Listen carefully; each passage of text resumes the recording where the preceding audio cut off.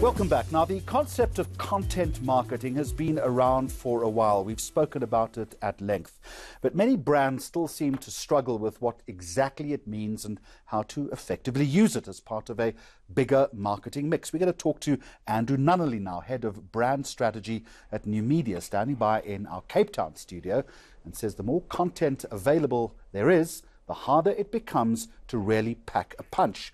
And that the real trick is to really make sure that that all-important human connection is established. So, we've spoken about the art of great storytelling ad nauseum on the program, but I guess there is a whole lot more to it. Andrew, a very warm welcome to you. And you make this point that people are increasingly filtering content out there as simply too much. Is the argument that we've just become overwhelmed with this concept? Yes, I think so. I think particularly with the kind of development of digital and what it's done for media, it's a blessing, but at the same time, it's meant that consumers are just constantly bombarded with content and they don't know where to look anymore. So I think it's about breaking through that clutter and finding a way to actually produce something that means something to consumers. What is more important? Is it producing great content or having content that's okay, but making sure that it's well distributed? So I'm a strong believer that it's about producing great content and making sure that it's well distributed. I think that making great content less frequently is a far better strategy than simply making content all the time.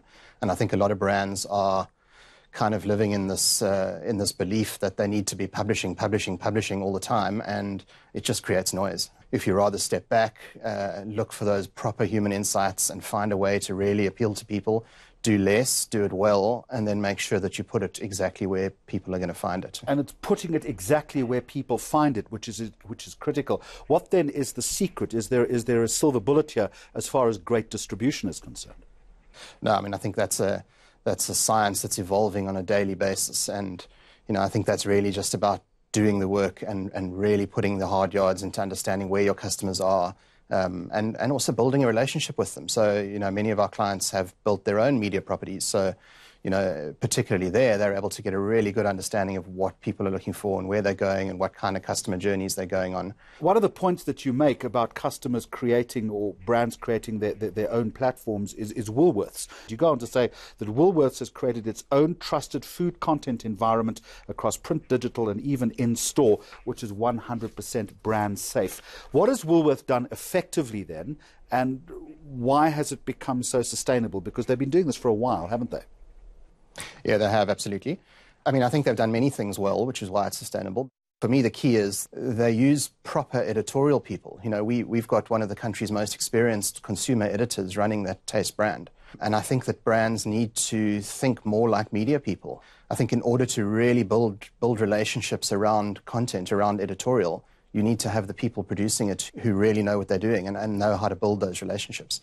And our team is largely allowed to do what they think is best in order to develop that relationship. Our brief to the Taste team is to create the best food magazine in the world. Yes, it needs to tie in with Woolworths' marketing objectives, but often we will say we believe that's the right thing to do from an editorial standpoint, and generally speaking, the client will back us on that.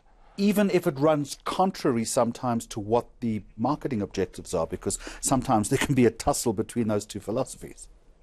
Yeah, so let's not be naive. I think if we're not going to produce content that actively works against Woolworths' marketing objectives, but at the same time, there's a broader need to build trust with the consumer, which allows them to trust the brand and allows them there's credibility in what they read.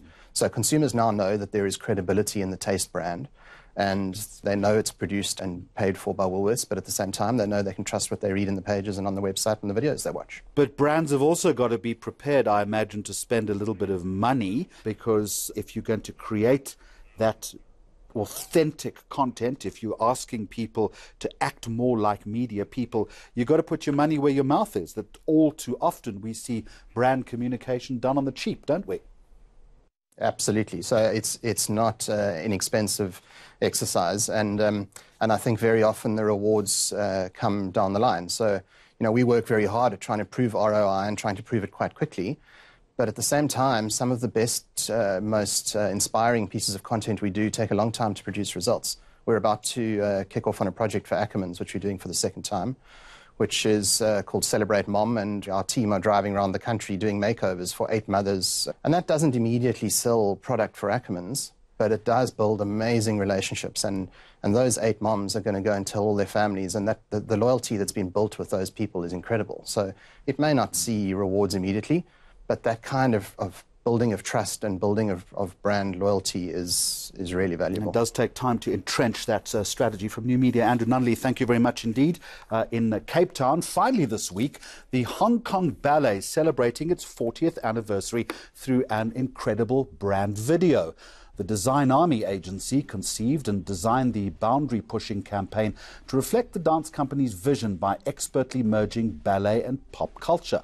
Take a look, and you can let us know what you think of this and all our other stories on our various social media platforms. Until next time, goodbye to you, and thank you for watching.